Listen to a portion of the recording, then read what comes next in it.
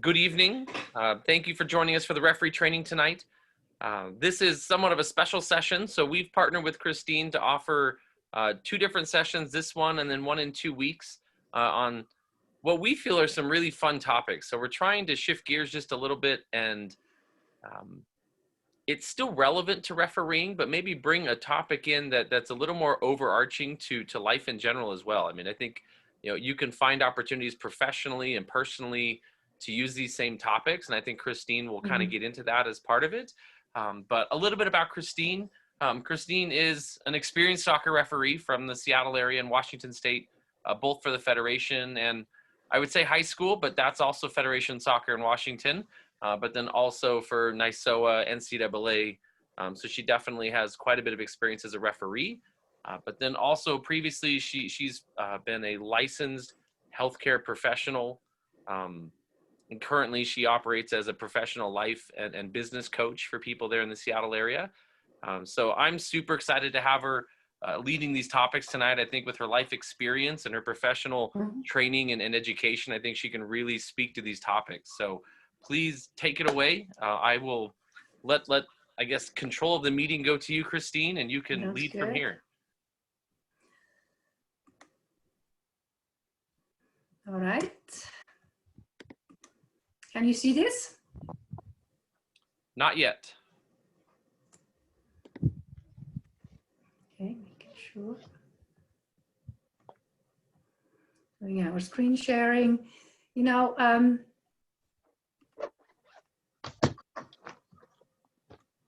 Perfect. We can see your computer now. All right, we are nearly there. Sorry, one last comment. I will monitor the chat for Christine in case people have questions. If we can go mute for now, just so we don't have any interruptions. And then as she asks questions, if people would like to jump on, and feel free, please, to interact. But I will watch the chat as well in case people have questions to offer there. That's actually very much appreciated. We are close to 20 people, maybe tonight showing up for this presentation. And I definitely have material prepared to share. There's always a pleasure for me to just pull in from different areas of life to make this engaging, I hope. And I appreciate that you take the time tonight and that you are chosen the referee role to enhance the life of yourself, but also the people who are part of the sport. And I never take that for granted. It has made me hopefully a better person the last 14 years. And I feel uniquely that parts of me come out on the soccer field and that I can play my strengths. And I'm glad I found soccer. As a referee, I played, I instruct. So tonight I got asked to talk about a little bit of the psychology of being refs. And breaking news, we are humans too.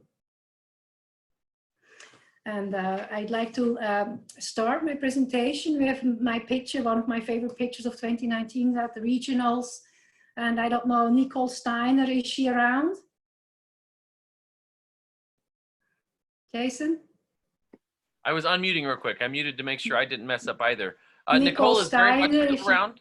She completed her regional upgrade this summer. So she has a class on Monday night, so I don't know that she'll be here actively, but she is definitely still a part of refereeing in Idaho.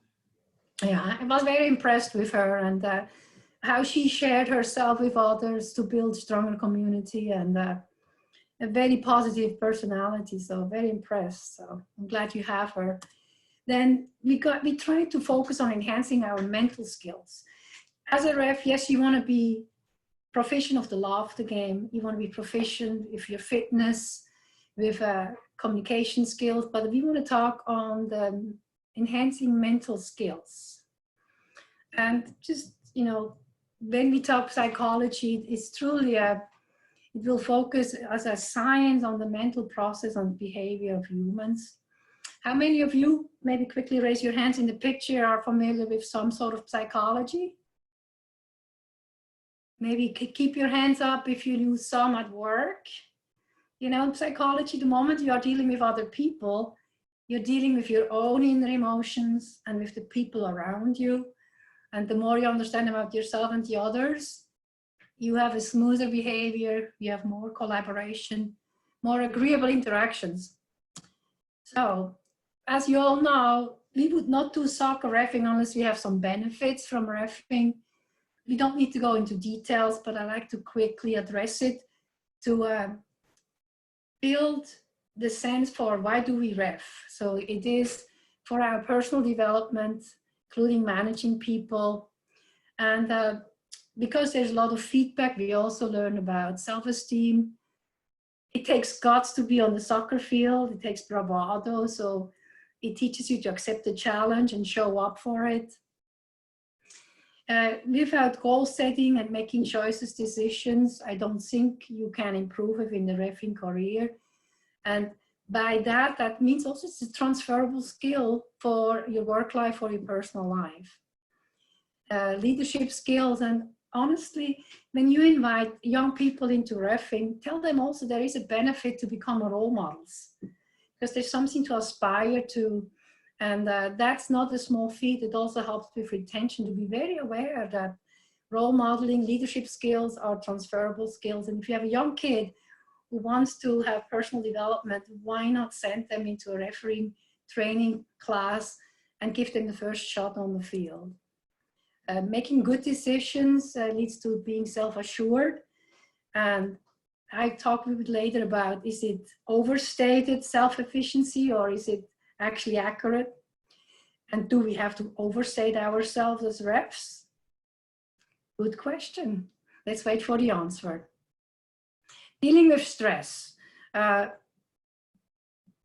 It's an intense stress, and also because emotionally you have to have such focus on decision making. You're often not so sure did you make the right decision or not. So that leads to conflict, and you have to get through the 90 minutes because you can't just go home. So you learn with your experience more and more conflict resolution, and learning to own the success as much as the failure, and learn more tools to get better over time. Don't underestimate the, I know what, maybe 500 more people, not because I live in a big city, but because I'm part of a community. So I can build networking opportunity. If Jason wouldn't know me, you know, that what I do, you know, we can network together. He gives me the grace to show up with You Find People Tonight. So sometimes it's for business, sometimes it's for professional opportunities, or just having a friend on your side.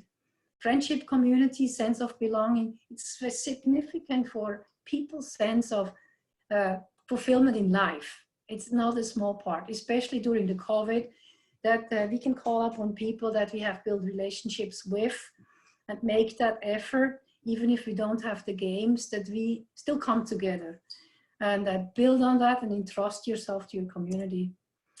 Obviously, based on our law book, we also have obligations to have powers and duty as referees and to enforce the law.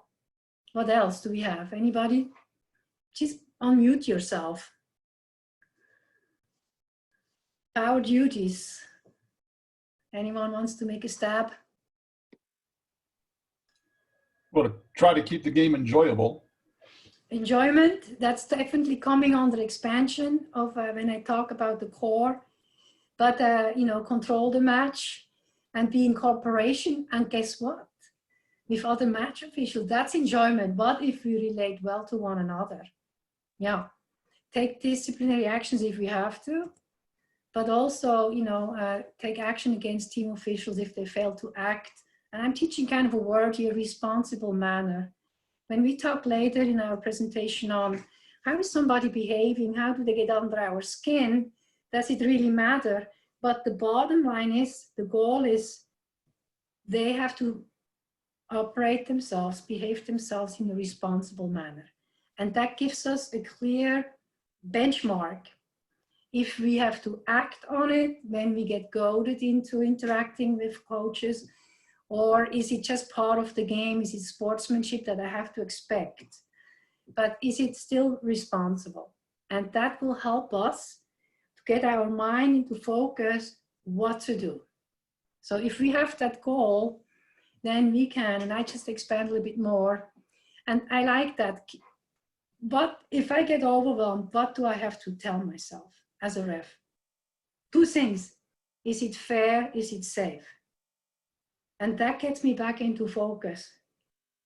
Sometimes it's not enjoyable, and I swear by God, every 5 minutes out of 90, I do not like it. I do not like the role. But I can refocus back into enjoyment, back into my goal as a ref to keep it safe and to keep it fair. It is a pressure cooker out there, and the goal is to make the best decisions. You know, there's a prayer for refs that you make no big game deciding calls that are wrong, that you make few mistakes, right? So that's kind of the prayer. But we are under pressure and we have to get it right. And then I'll talk a bit later about bias and unconscious roots. But a little word for you guys. Think of big crowds, you know, loud coaches, tall players, small players. Do you think I have a bias? Statistically, actually, it's proven that every inch of a difference between player height, I call more for the smaller person. Smaller woman, female player, male player. The more the big difference, the more I lean towards calling a foul.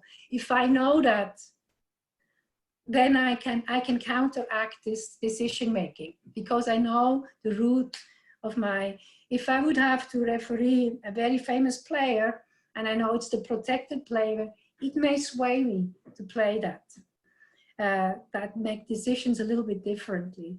So we have to know our unconscious roots. The goal for tonight is what helps us stay focused and what helps us stay concentrated. And we have goals that will help us to stay on course.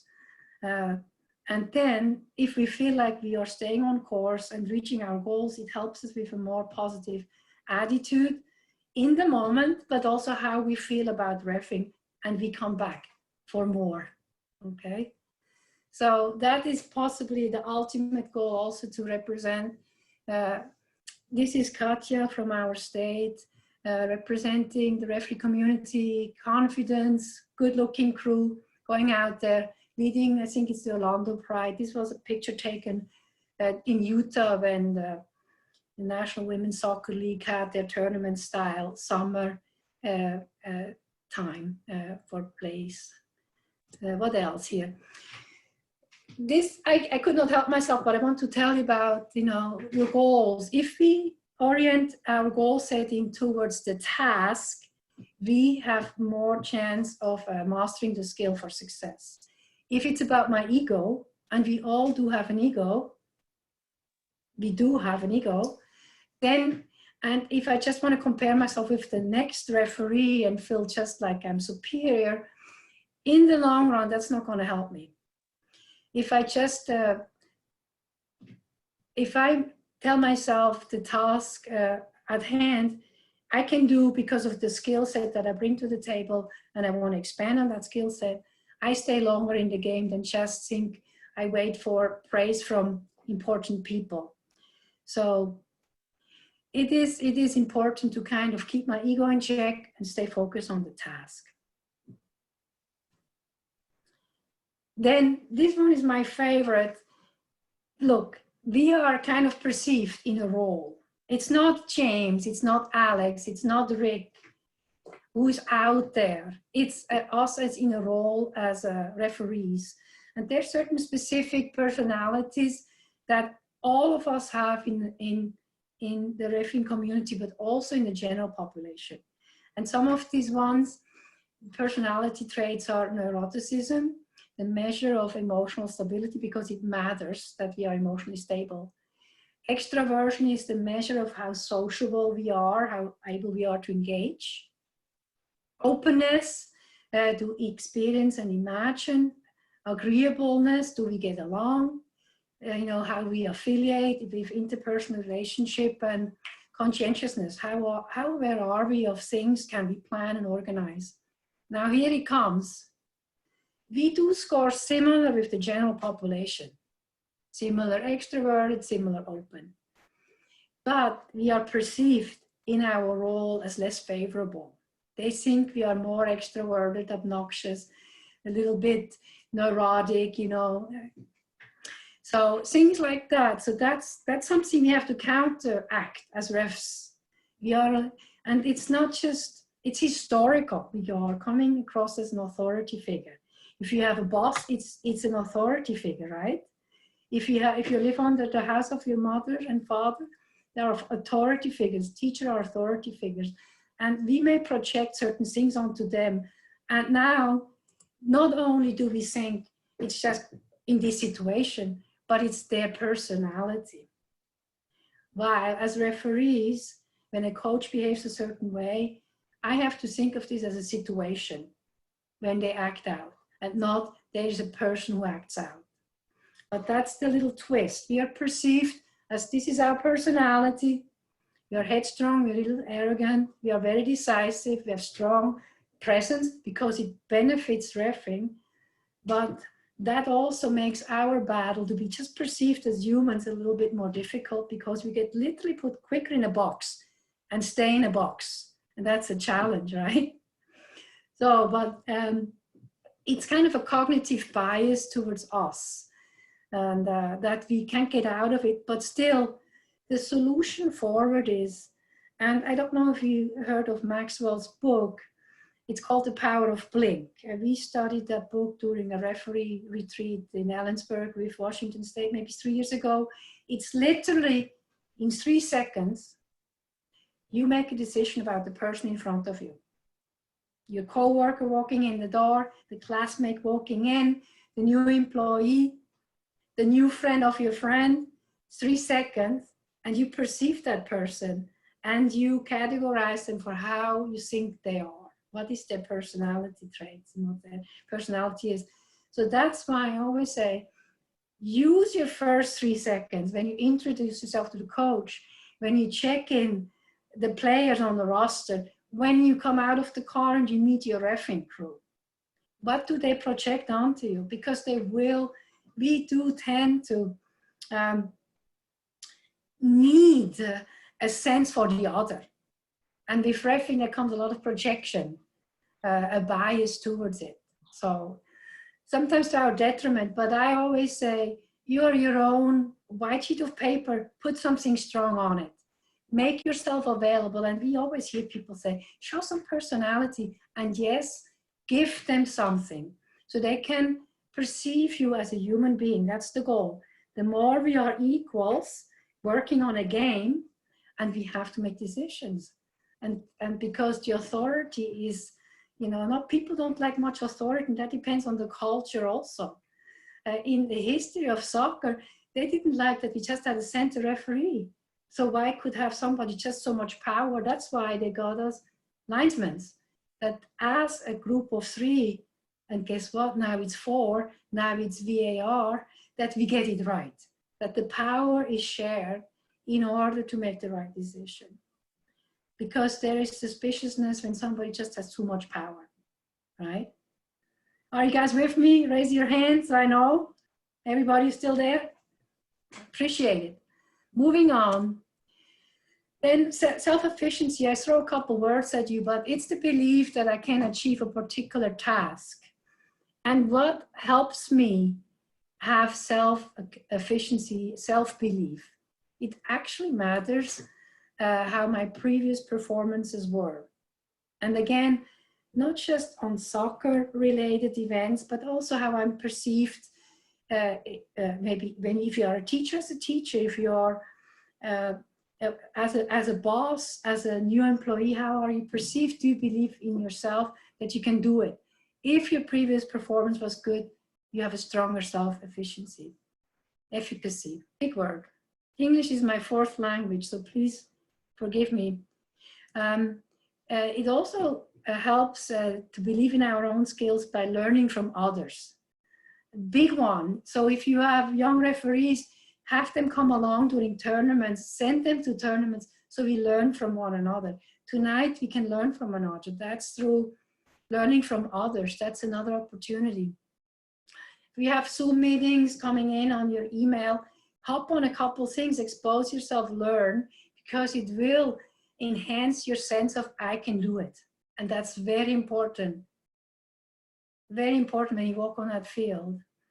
And it does also help that we are most positive one another, that we tell each other, I believe you can do this. You know, my partner sent me Indian says, you know, you have a lot of experience, enjoy yourself, you can do this. And that verbal persuasion helps us believe in ourselves. It's a positive affirmation of who we are and what we are about to do. And so that support, let's not be stingy. Let's not be stingy with love. Let's not be stingy with affirming our fellow referees, our partners, our kids, when they go out that door, go out on the field. You can do this. And emotional arousal. If we have an energy when we do something, and we get very excited about performing, and there is a sense for, are we having the optimal ability, the optimal energy to perform? Are we anxious? Are we too calm? You know, if I want to take a nap right now, I think I would be too calm. My problem possibly is I'm getting too excited, but I need to stay focused so I can connect with you all.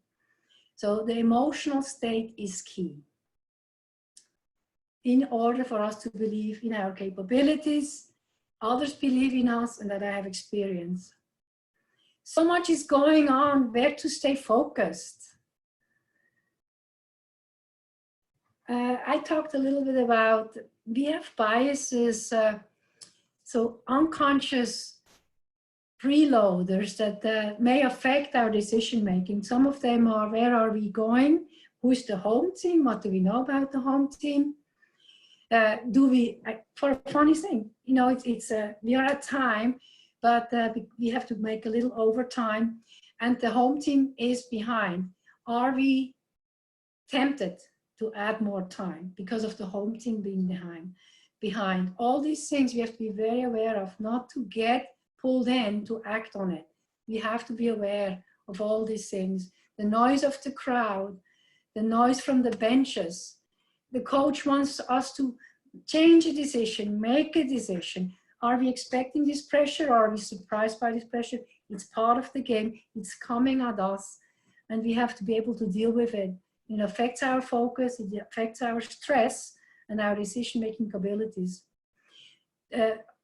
Alex, you have a good reputation in up north, in Alaska. You have a reputation here. If a coach sees you coming, they know Alex is here, he's going to take care of the game. Done, right? So we have to be aware that we develop a certain brand, the brand of being approachable, the brand of showing up on time, the brand of making difficult decisions. Are we perceived as fair, and things like that. And you know, what do we know about players? Have we seen the player? Do we categorize them? Do we put somebody on the shit list? Are they deserving to be there? Let's not categorize them. Let's not feel like they categorize us.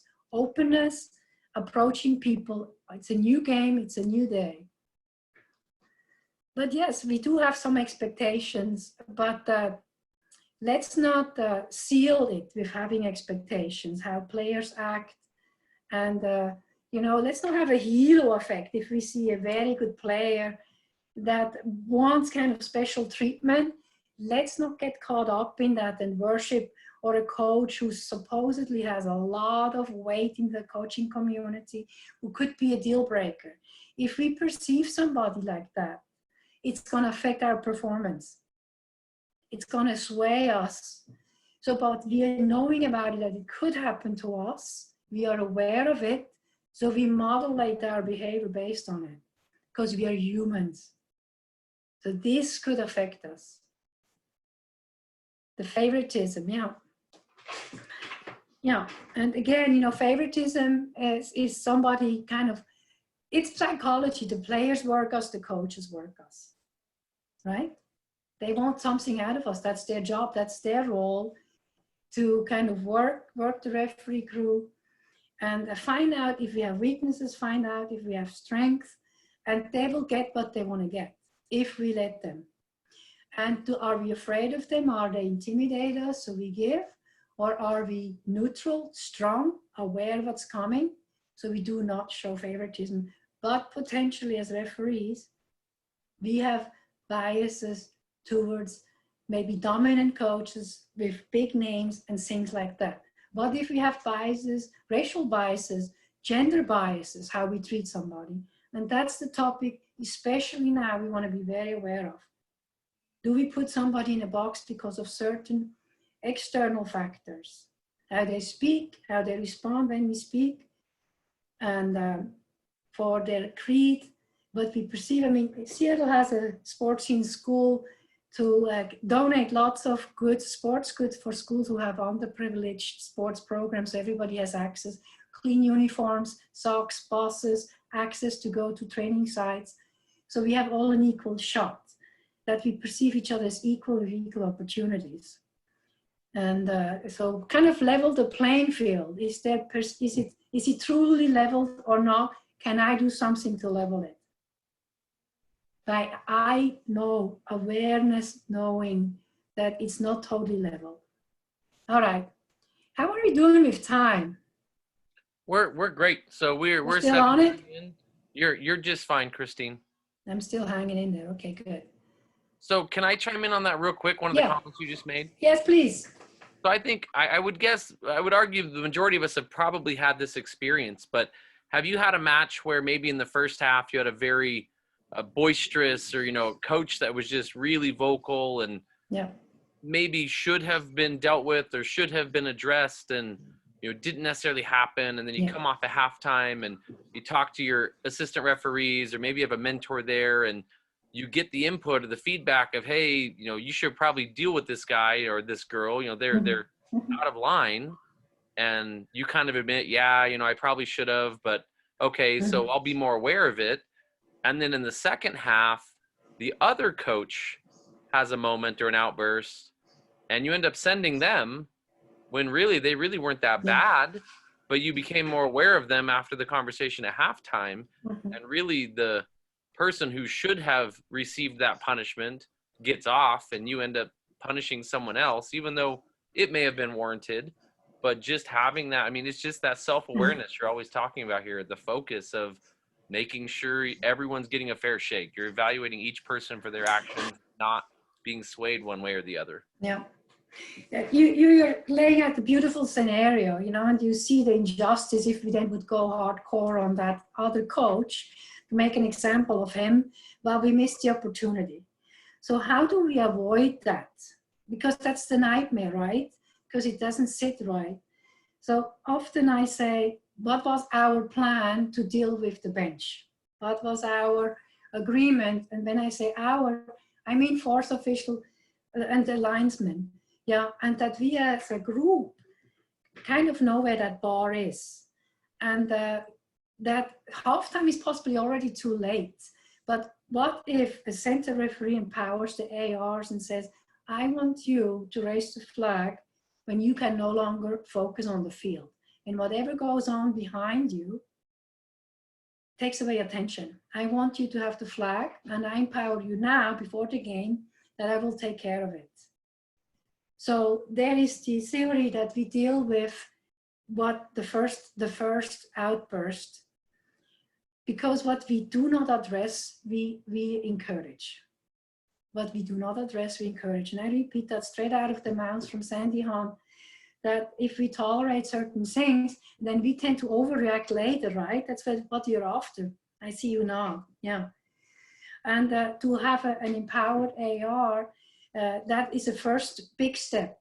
But also, if I don't make an example of that coach, but I hear them chirping, what if I go, when play goes that way towards the bench, that I say, to the coach, hey, I hear you, can you say it in another tone? Can we agree on this? And that means I just addressed the behavior, I give a suggestion how I want this, and I ask for agreement. But I already move, but that I have alerted that person. And I do it in a way that both coaches hear it. With that, we signal that we are not wanting it, right? So in a way, we are not in the hot fryer seat yet, but we have set an example. We have an empowered linesman, assistant referee, and we have swung by to avoid it.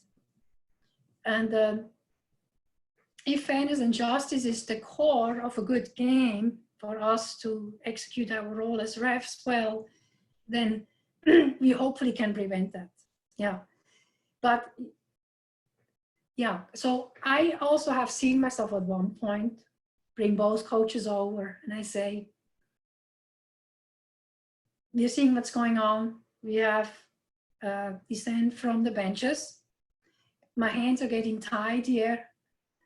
I will have to take measures to address this behavior as not conduct becoming and send a person off. So in a way, then I'll alert both. If you're afraid that all of a sudden you make an example, you can have both coming.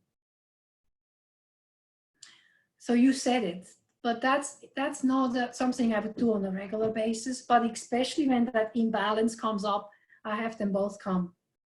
Your behavior is taking away from your kids' performance, from your adult performance. I remind you on your duties as coaches. Yeah, it's becoming a distraction. I'm here to inform you that this is not tolerant. So we kind of leveled that out, but you're really putting me on the spot here. That's a big one. Preventative measures, equalizing, all right? No intention of derailing you. I apologize. It was just. Oh, no. You could go on. You have not derailed me. You have put me, you have focused my mind on something that is very exciting. All right, where are we going from here? So just in general, you know, everybody in psychology talks about, do you have negative thoughts and do you have positive thoughts? But if you walk away from tonight, I would like to introduce a third way, and it's called neutral thinking. Because what we want as refs is to stay in the moment, to see the facts, what just happened, and to avoid distraction, regain clarity of just happened, and then from there on, we can steer our behavior. Because I like you to think about just positive thinking has a bit of delusional taste to it. But just be positive, it's gonna be okay. But what I need is action in the moment, facts in the moment. So think of it as the place in between. And then, you know, it gets us closer to what's actually happening. And it cuts everything just down to that one moment, one play at a time, because you and I know we can deal with what just happened. It gets complicated, and Jason just made a big example, but what the heck, I didn't deal in the past with that coach. Now we have some context here, right? You know, now my hands are tied. But if we have one coach, deal with them. If we have one situation, one missed flag from a linesman, you know, then deal with that one, because I have time as a ref to take the information in from my linesman, change my decision before we restart the next phase of play. So, but if my ego says, oh my God, you know, what do they think of me? That's not going to happen. I have to stay interested in the process, not in the end product. I don't want to think about the assessment. I want to deal with the situation. What can I control? And thinking clearly and neutrally is the better way to go. I can't tag myself with negative thinking. I can't wish myself out of it with positive thinking. I have to stay in the moment and think neutrally, absorb, so I can find out what's the plan for what comes next. What do I need to do and how can I do it best? This is such powerful information. So if in the middle of the game, you're worried about what your assessor thinks or what the coach thinks or what the player thinks, that's not neutral thinking, because you're already clouding your judgment and your focus. If you're overloading. You simply look at what you're seeing, take in the facts, make the decision. And if, you know, when you get to your debrief with your assessor and you're going over things, if you can articulate, this is what I saw, this is how I felt it interacted in the match, and this is the decision I made. But my considerations, So, and that's really what the considerations are designed to help you do, is really focus your mind, focused your thought, make sure you're seeing the pertinent information you need in that certain situation. Yeah. But this topic of neutral thinking is fantastic. You're just focusing on the facts. You know, we go all the way back to the ego versus the process.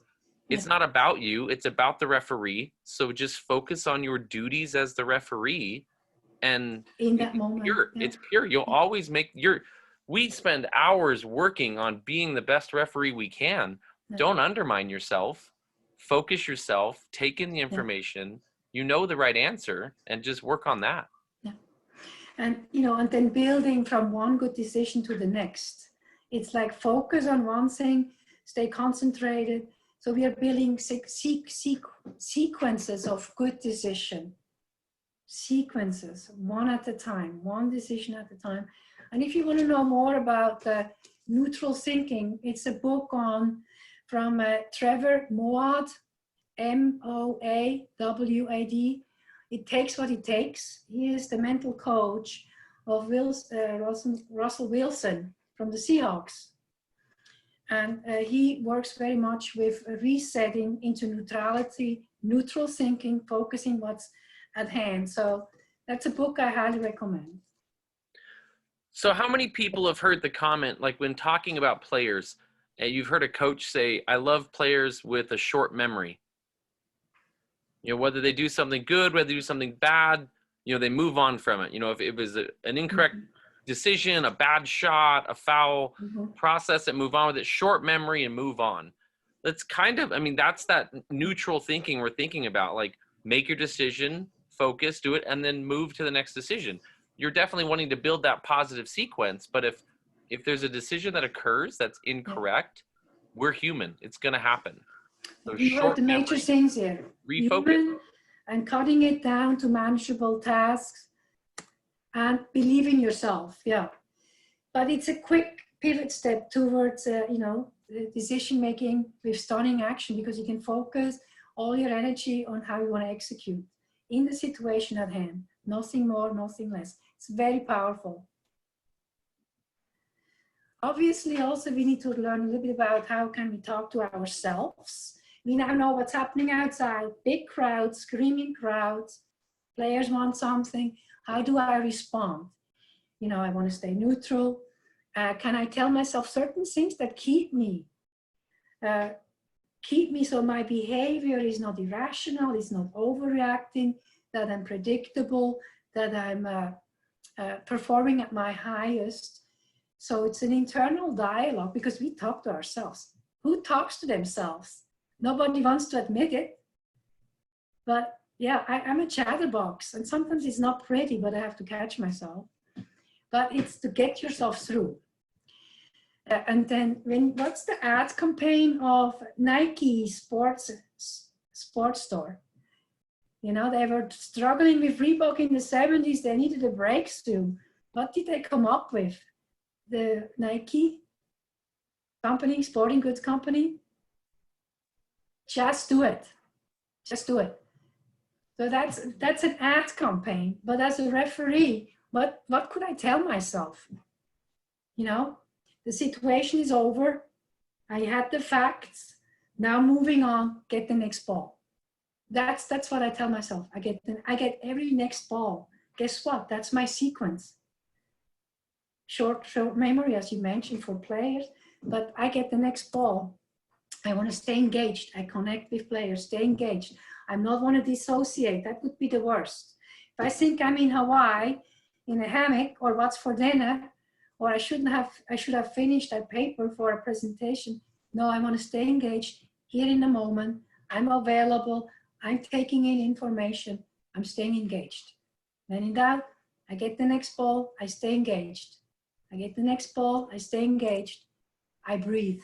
If I know I'm too excited, I bring my nervous system down. I breathe. When in doubt, I breathe. I bring down my energy, my emotional arousal into a better place of functioning. Yeah. Look at this picture. What do you guys see? He wants to engage, communicate, clear language, and composed. looking for eye contact, sometimes not given, but turning towards. How do we moderate our emotions? You know, it really goes into self-talk, neutral thinking, and mindfulness. They're all kind of related. But what it helps is we stay open in what is. We accept the situation. The game has millions of opportunities how the game could go. You know, was that a quick throw in? Did I do a ceremonial restart? You know, was I part of this? Where do I run next? So many things happen. Did the player get the ball? Did they miss the ball? You know, are they upset that they missed the ball? Is it the third offside call on the same player? Things happen, but we are open to what is. We are accepting reality. That's big. You have to accept reality, you know, for your finances, of where you are in life, where you live, the reality of the pandemic. It helps if we accept what is. The reality of our Thanksgiving plans, but we still had the chance to get cranberry sauce. So life was still good. But we have to accept what is. We have to remain realistic, what we can do, stay objective, focus on the present. It feels like repetition, but this is getting us into that zone. And what also helps us, you know, it's soccer. Some people think it's the golden cow, it's the religion of the world. And if something doesn't go well, it may be a threat. And if I perceive something as a threat, then you're close to being anxious. If you're anxious, you make other decisions. You want to domineer, you want to walk away. You have nearly fight and flight. But if you can appraise the problem as a challenge, think of it as something you can figure out and not a threat, you can stay engaged in a better decision-making process. I think one of you guys thought, don't think of the end result. Don't think, oh my God, this game promotes me to the next level. But this is a decision I want to take responsibility for. What are my facts? What's the process? What are my options? Who can help with clues to get me in the right spot? And concentrate on what you can control. And that's another one here. You know, what if I have a good game? Am I still the same person? What if I have a bad game? So it goes both ways. You know, if we over elevate ourselves based on how things go, it has a sting to it. And mental health does play a role, and not all, we have individual abilities to deal with stress, to deal with self-perception. The more experienced, the older you are, the more tools you have in your toolbox. But we have younger referees. So we have to help them understand it was a game. They gave their best. This is where they were good. This is where they can improve. We love you. You're part of our community. I want you back. You have it in you. I have seen it. I can't wait to be on your line and see you in the center next time. So separate the performance. Invest yourself. Give them something so they don't go off the deep end, because potentially we could all go off if we are ego-driven, if we are learning still. We are still learning not to. You know, sometimes it's convenient to think, you know, I have it all figured out, right? But we haven't. But more things went well. I feel good. I know my reality of what I did, and where I missed something, where I was very much human, where they got my goat, where they played me, where I bought in, how I now, in the future now know how to catch stuff like that. Yeah, yeah. And guess what? I'm an emotion junkie. And so I like it when things go on. So I don't eat it as hot as they cook it. But you have, if you can stay in that performance, in that energy level, not on a 9, not on a 1, 4 and 5. If you're in that spot, life is best on a soccer field. So much is going on. You're part of a competition. And it's a privilege to be out there. Yeah. All right. Things happen. Incorrect call, confrontation, missed flags. What did just happen? The active event. Do I think about it rational or irrational, how do I respond emotionally? Do I feel tense? Can I stay focused? Am I flustered? Am I confident? Am I on overload? What if I'm tired? It's a big game. I wasn't sure if I saw my AR, and I don't know the law of the game, because one of the big handicaps is we always have changes. Right now we have changes to the law of the game, but we don't practice it. You go out for a regular soccer game, for a youth tournament, you go out for a high school game, depending on the state, how close the rules are, you may be confused in the moment. So all you can do is notice that, get better about it. But if we have all this accumulating, feeling tense, feeling flustered, feeling confused, and are fatigued with concentration, because that's possible too. It takes an amazing amount of reffing. Who is tired physically? Who is tired emotionally after the game? Can be very draining. Yeah, very draining. Yeah. Where are we here? So mostly this page just tells me what happened. You go in on what just happened, the activating event, the thoughts that form. How do I relate to it? How can I respond to it? And how I feel will affect my behavior. Yeah. Anybody knows this guy? It's Su Hui, Washington State referee. He was a national referee candidate. Yeah, he is an amazing ref. He works with you. He's an amazing manager of people. He's very invested. He works hard. He's empathetic. He relates. But when he makes a decision, he makes a decision. It looks like in that image, the crew makes the decision together. Yeah. And that's Betty Schmeck in the background. She's an assessor in our state, and she's a lifelong member of USSF Soccer, an honor member of the United States Soccer Federation. And, we walk on her shoulders. So I wanted to quickly honor her. So I want to chime in here real quick. We just had a good comment in the chat, and I think it's a fantastic comment. So I wanted to mention it. We're talking about our mental capabilities, and if we're on overload, how focused are we? Like, how are we reacting to our decisions? And the comment that was just made is maybe we should be a little more aware of where our limit is for exhaustion. How many games in a day should we do? Is it 100 degrees outside? I totally understand the mindset of referees of being a servant. They need a ref. The kids need a game. I'll go out and do it again.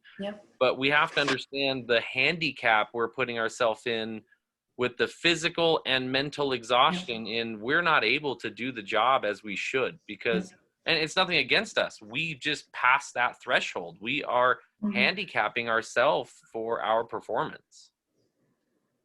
So I understand that we're short referees, and I think we're always going to have this conversation, and it's not just Idaho, it's everywhere. It's everywhere, yeah. It's where we start having that discussion of, is it a service to you? Is it really a service to the game? To be out there and making correct decisions, and that's just something, you'll have to figure out for yourself. But that feeds into this whole conversation about our mental focus, our mental fatigue, and how that affects our decisions. Yeah, I think you said the word, are we still able to serve the game? Yeah. Or, what are the motives that we still accept it?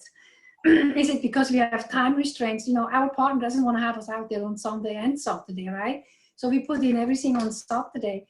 There are all these constraints on us, and we have to be fair to ourselves. Can we optimize within time constraint, time management, our own physical abilities? And also, have I recouped? Have I been honest about how much something took out of me? And if one thing I can also say, if we start mingling our personal life with our performance on the field, there is this technique, and it's called parking, that literally you think of an object. For me, it's when I put on the badge. I'm leaving my personal life behind. I'm leaving my worldly problems behind the next 90 minutes. So, if you listen to your phone in halftime, somebody needs something from you, you haven't upheld that parking principle. So protect yourself. If you're on the game, if you have made the decision, you take the game, then park the world outside, check your pulse. Can I float that game? Where do I need to show up? It's definitely not time to show off, but to show up. So you have to reset the possibilities. But there is a cutoff where it's not fair to yourself and others that you would take the game. And that takes courage to speak up to your assigners. Look, my assigning sheet says I average 5-6 games a week. This is no longer in a sustainable, successful bracket for me, my family, my energy, my emotions. Please, I have to cancel. Or guess what? If you know, you also are a contractor, you can block certain times on your schedule. Depending on which vehicles you use to assign players, referees, you can block time. Make sure you block your vacation time. You protect your family time. Be proactive. You're a contractor. You don't have to overprove yourself. So there is a need for self-care. So you can balance the life and soccer. And we are good people. We want to make a difference, but there is a cutoff. So I gave you parking. I gave you blocking of time. I gave you honesty with assigners.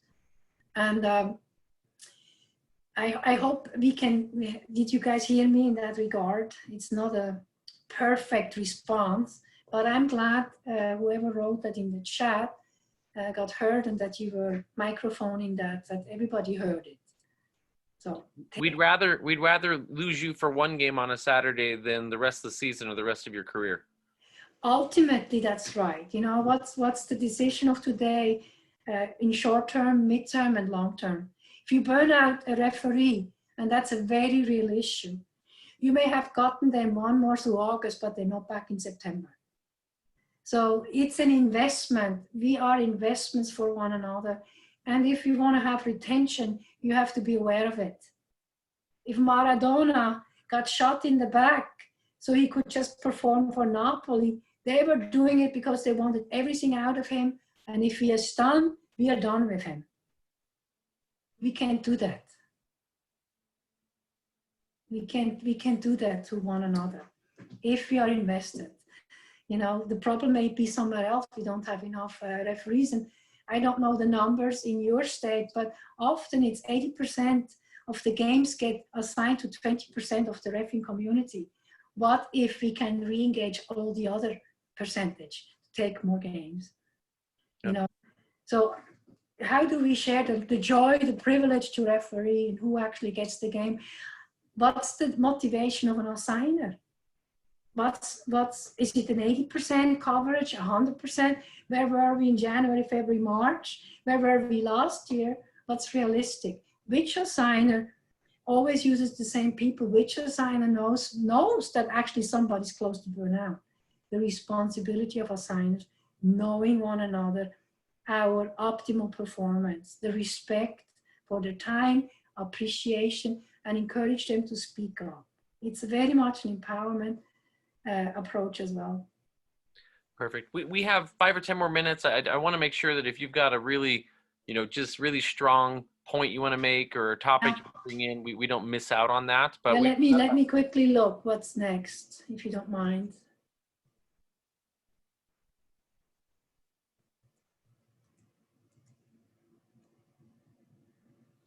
We kind of talked about that limiting attention. We did, yeah.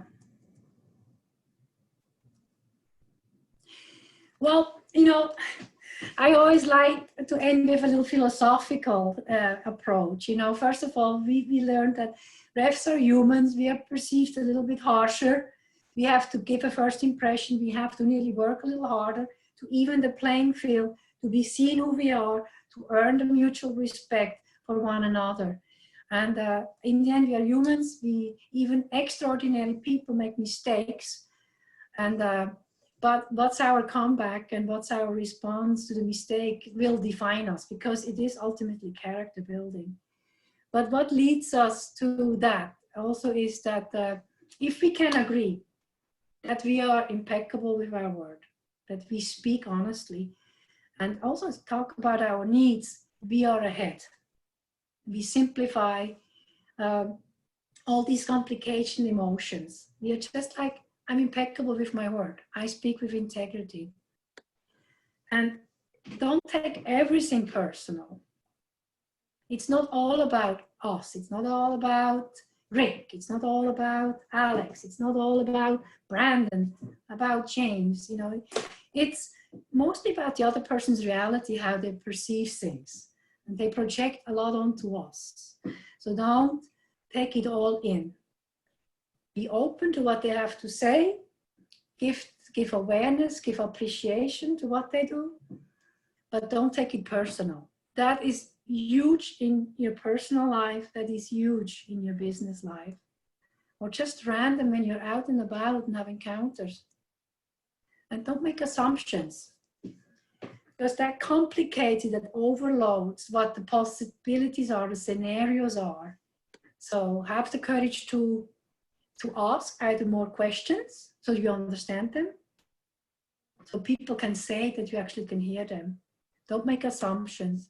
And always do your best, strive to excel. You know, and there is never a perfect game, but we are striving towards our own personal improvement. Not necessarily the comparison to others. Learning from others, but not in competition, but in inspiration, so we flow together. Yeah. Yeah. And my bonus is that if you lead with mutual respect and are approachable, lead with a semi-smile, like now, it's like people want to come close. They want to engage. You're not threatening, you're not intimidating, you're not bullying. Be approachable and show mutual respect. Yeah. Judge people not by their worst moments, you know, see them as humans as well. And from mindfulness, ground yourself before a game, orient yourself to what's there, allow things to fall out into place, accept how it is, and give yourself permission to learn. That's a goal. That I learned that in a training that was given to us again in Ellensburg 2 years ago through a mindfulness coach. And she gave that into our toolbox. Stay grounded, stay oriented in the moment, allow things to fall into place, and don't judge it, accept it, surrender to it to a degree, and learn. Yeah. And last but not least, go and have fun with people you love. This is my godson, and he's a player for Celtic, and he also became a referee. I wonder why, but we are having some fun here. You know, we are practicing when a player is inappropriate and how a referee can give a card to a changed behavior, and that we are friends forever. So this is us somewhere at Starfire near Seattle. All right, any more questions you see in the chat? Not necessarily the chat, but I mean, there was one individual that had to leave early, but they commented that they very much appreciated the topics and the instruction, and so they were very positive there. Open it up. I mean, we've got 5-10 minutes more before we close it out, but has anyone come up with a question, or based on a couple of the scenarios we've talked through, have a follow-up question or anything we can help offer some clarity to as part of the instruction? Feel free to unmute yourself if you want to just chime in. Yeah, anything goes, please. Yeah, I guess I was wondering more from a you know, kind of a mentor standpoint. If I'm working with a young referee, Mm-hmm. and or inexperienced, I should say, not necessarily young, but and things are not going well for that person in the first half. They're just kind of rattled, whatever. They're having difficulties. Yep, yep. Is there? There's no magic cure, but is there one or two things that I could perhaps suggest at a halftime discussion that might help bring them down and get focused? So first of all, Rick, thank you for mentoring and passing on all your knowledge and taking the time to be on the field. It makes a big difference if somebody is there to look out for one another. And I'm sure that your observation is correct, that the person, the young or new referee, is having a lot of energy and coming frazzled. So that's what we have at hand, right? Mhm. And do you have one situation though on that first half where you can say, hey, I really liked when you did this and that. Lead with that. So your perception, and that often has to do with us, oh my God, there's so much I could correct. But that's not necessarily our job. It's just telling, man, you have made it through the first half. How did it go for you? Sometimes they let you know where they felt they struggled. We may have perceived them struggling, and that makes us anxious and like, oh my God, there's so much to do, and I hope this kid doesn't stop. But kind of just calm yourself down. Also, that goes for mentors as much. You know, they obviously made it through. We still have a game going. What did you see? Do you have a question for me? That's something also just to stay open for that aspiring new referee. Sure. To hold that for them. And then before they go back out, ask them, is there something you want to focus on? Give them something small that you see through your conversation that you could actually really think that's the nugget for his or her next level of improvement. Okay. So something positive, always affirmation, Yeah. something that they saw, maybe they can clarify with your expertise and what you want to focus on going in second half. Let's not overload it. Let's just be glad this person showed up, smile at them, you know, high five them. I'm right here for you, looking good. So that would be my approach. Rick, if I can chime in, so chances are if a young referee or an inexperienced referee is having a little bit of a struggle bus in the first half, I'm sure the players, coaches, and spectators have let them know that they aren't thrilled with some of the decisions. Yeah. So as a mentor, I mean, being a mentor as opposed to being an assessor are two very different roles. Yep. And so as a mentor, I would approach that 100% as getting their focus back on the positive. You know, the breathe, just when they come off, like, you know, how are you doing? Ask them, just help them recenter, help them calm themselves, and give them a couple things they did well, and really just ignore the bad, because it's not the place, they're not in the mental space to even consider it. Right. So really just encourage them, try to get them just to calm a little bit, refocus, and let them know, hey, I'm right here for the next 30 minutes. So I don't care what mistake you make. I'm here to let you know everything that you're doing well and help you grow. Right. And just more so let them know that there's someone there to help them, but really just calm, focus. You're doing this well. You're doing this well.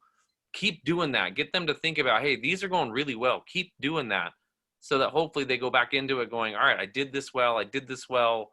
I've got someone right here that says I'm doing good. Let's go get it again. So really it's just that calming, confident encouragement kind of sense for them. Sure. It takes guts to watch somebody else, you know, and keep it manageable. Yeah. Yeah. If you see abuse that is really detriment to that referee from the coaches, you can go introduce yourself as a mentor and also say, at this point, you know, I ask you to remember to focus on your players, on your conduct. Yeah. Thank you for your cooperation. We're all growing together, you know. So Yeah, just that I've done. That I've done in the past. Yeah, I would really say we have to be each other's keepers. Yep. And take your authority, make an introduction. Yeah. Yeah. So I want to comment on that real quick, because I'm not sure. I believe most everyone's on this call was on one of our trainings about a month ago when we talked about technical areas and conduct of coaches. But just as a reminder, Idaho Youth Soccer has empowered any adult referee that, even if you're not a mentor, even if you're just there watching a match and there is, you know, abuse or people taking advantage or mistreating youth referees, we are 100% encouraged and within our place to step up, help advocate for that referee, go have a conversation with the coach, like do what we can to try to protect young referees. So even if you're a mentor or not, you are 100% supported, protected, empowered to please go help that young individual. I think that's a powerful initiative. Yeah. I think that's going to shield.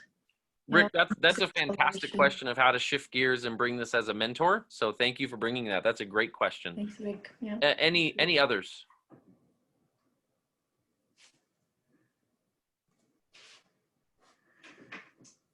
Okay. So I want to mention everyone here, and I'll put this out when I send out the video tomorrow, but we are also going to just ask for some feedback on how this went. Your thoughts, what you liked, things maybe you wanted a little more information on. Christine will be back in 2 weeks to do another instruction with us for another topic. But she's a servant to the game just as we all are. So any feedback we can give, or even just us on the committee, as this was a great topic, we want more, or this really wasn't helpful to me. I mean, we are open to whatever feedback. So please feel free to offer some feedback about the training tonight. I can also put my email in the chat.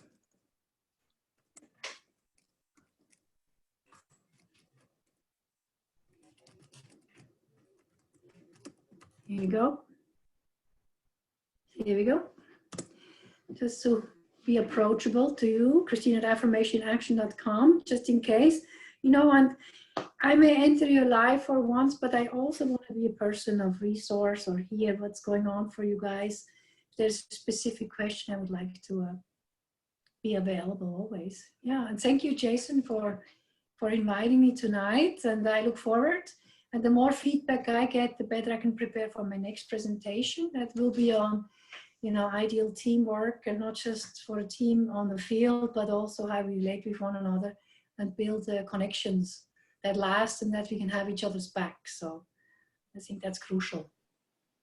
Yeah. Perfect. Thank you for everyone for chiming in. Christine, thank you for your time. I'm super excited for the next session in 2 weeks, same time, same place, just 2 weeks from today. But feel free to follow up. I wish you a good couple weeks. Take care of one another. Be kind. Yes. Thank you, everyone. Bye. Thanks, Christine. Thanks, everyone. Thank you.